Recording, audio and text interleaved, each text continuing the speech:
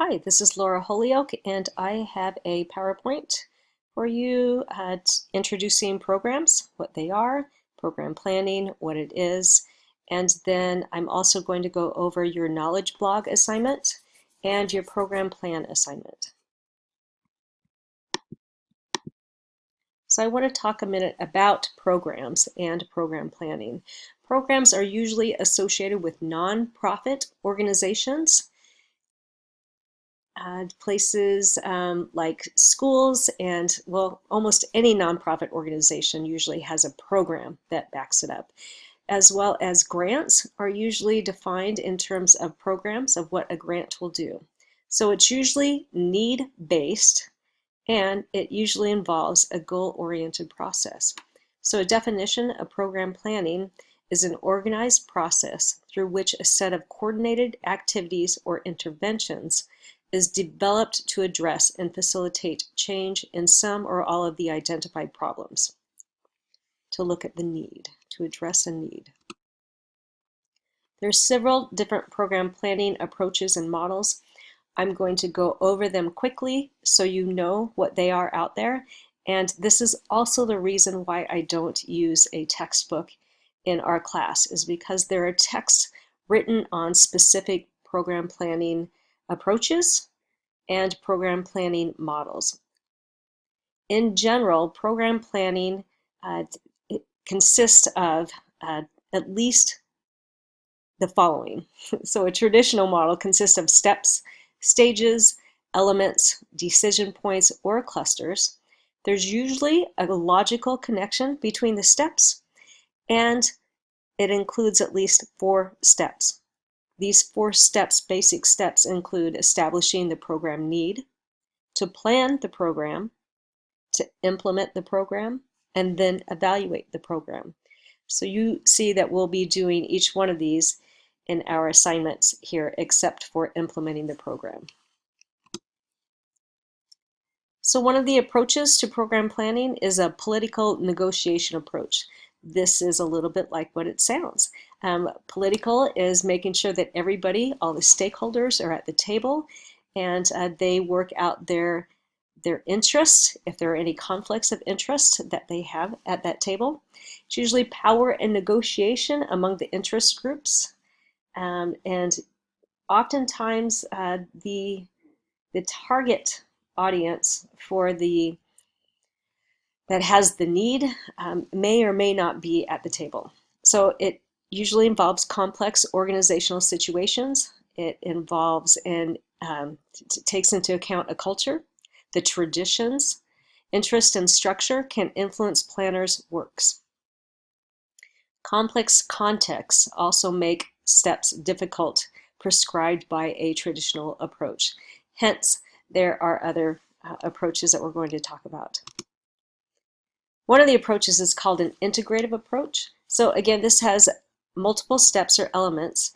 However, this is not a linear model, so you don't go from step one to step two to step three. But you can see that there's certain parts of it that may be linear, and then the other parts can be done at any time.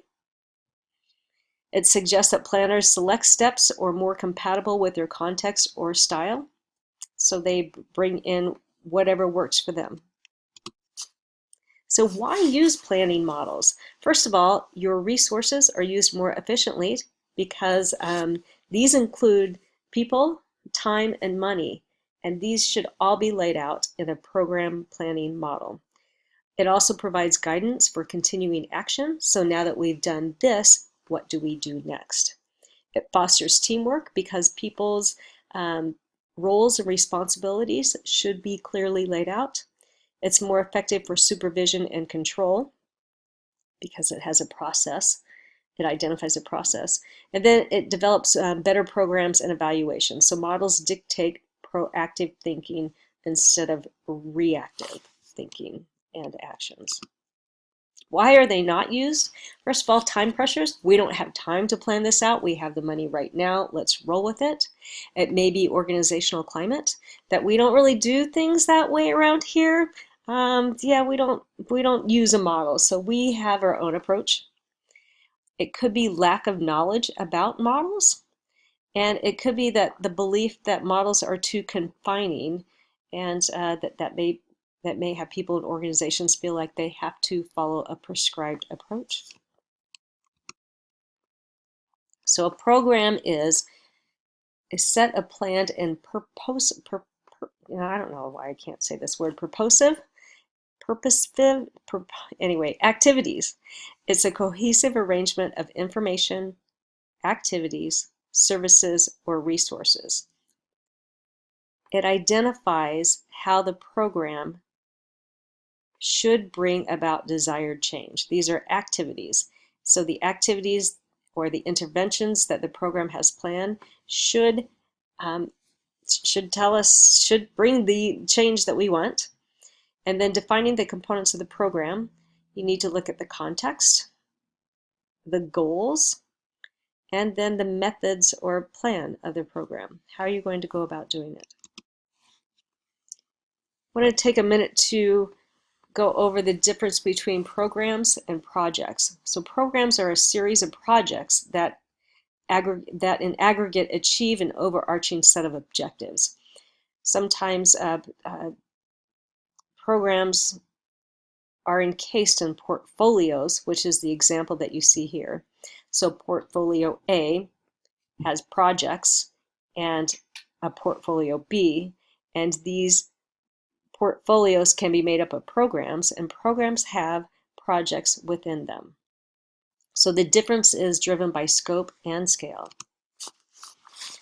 Here's another way to tell the difference between programs and projects. That programs are long-term, they're ongoing, and they're regularly reviewed, aka evaluated. They are most often named, and they're most often accountable to organizational structures, sometimes this being the grant funder. They're focused on outcomes and measuring those outcomes. Whereas projects are short-term, they start and end. They generally are named by an activity or objective. They're accountable for deliverables, and they're focused on outputs and deliverables. Projects are often seen as something that happens annually in a well-established program. Some examples of programs. An academic program is the AOLL program. We have women's center programs, perhaps a family planning program, a malaria prevention program. Service programs may include, for youth, a summer reading program, or even a summer sports program. So I'm going to go over a couple of examples that we have at the University of Idaho.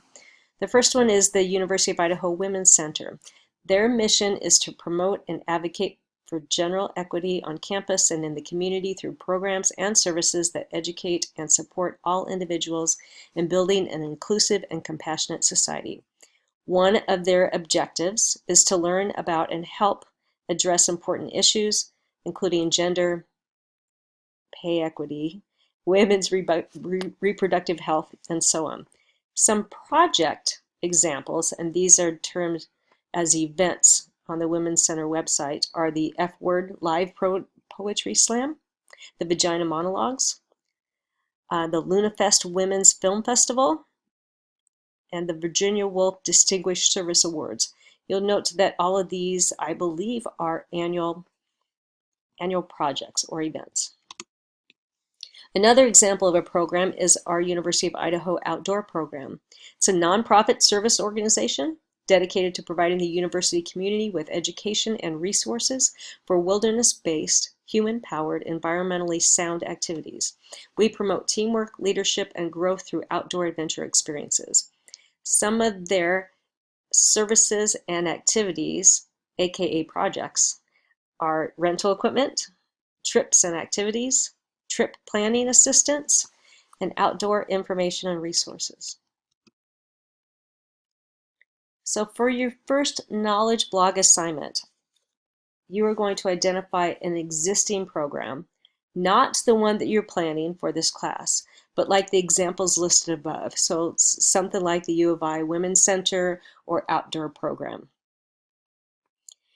What I would like for you to do is provide a web link to the program, write a brief summary in your own words of the program, what it does, identify the mission or goal of the program, and what need or problem does it address, and how does it address it? So what activities are offered through the program, and what drew you to the program? What kind of curiosity did you have that drew you to this program?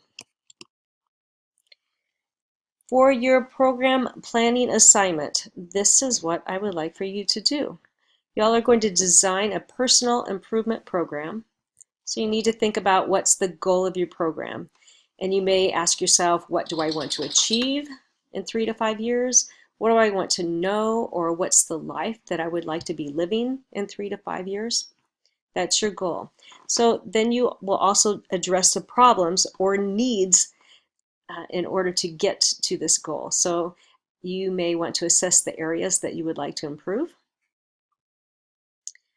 And in order to in order to improve these activities, in order to address these needs or problems, what activities do you need to do to address your needs? That's use the words needs twice in that sentence. My apologies. And then what do you need to do to achieve your goal?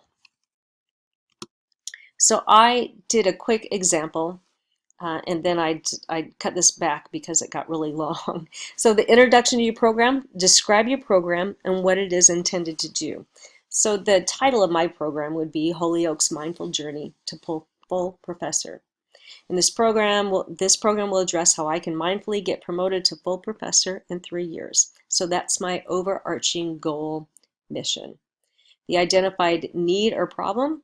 So I have several here that I've not been successful in obtaining external funding on grants, that I'm pretty light on my focused published research, that I'm not utilizing graduate student resources towards my own research, and to address all of these mindfully.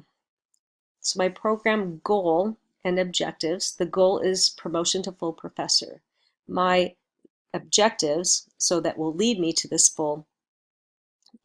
my program goal, would be first of all, to obtain successful funding of an external grant, to establish a pattern of researching, analyzing, and writing empirical research articles, to work with select students focusing their talents on specific research projects, and then to live mindfully and also become a certified mindfulness instructor. Actually, number 4 is really 2 different objectives. Resources and inputs, I didn't fill this out, but resources would certainly include connections that I have, would include funding if I wanted to become certified as a mindfulness instructor. The activities, so I picked just one objective and kind of drew this line out for my program. So what activities will lead you to start changing and addressing your needs? So the objective that I wanted to accomplish is to obtain successful grant funding. So in order to do this, the activity that I will need to do is to partner with a grant writing mentor. The output will be to meet with this grant writing mentor 1 time a week, and I might even say for each semester. The outcome, so the changes resulting from the program, is short term. I will identify a funding source and work with the mentor to complete a sound grant application. Medium term outcomes, I'm not asking you to identify here, but they would be to submit and to successfully get funded. The relationship of my activities to the outcome. So the activity is to partner with a grant writing mentor. The outcome is to identify a funding source and work with a mentor to complete a sound grant application and ultimately to get funded. So I hope that answers your questions for the first couple of assignments and gets you up and running for our course. I'm really glad that you're here, happy that you've taken the course. And if you have any questions, please share, ask. I would love for you to be involved in your learning, and don't make me a talking head all the time. Let me know how else I can help. Thank you so much.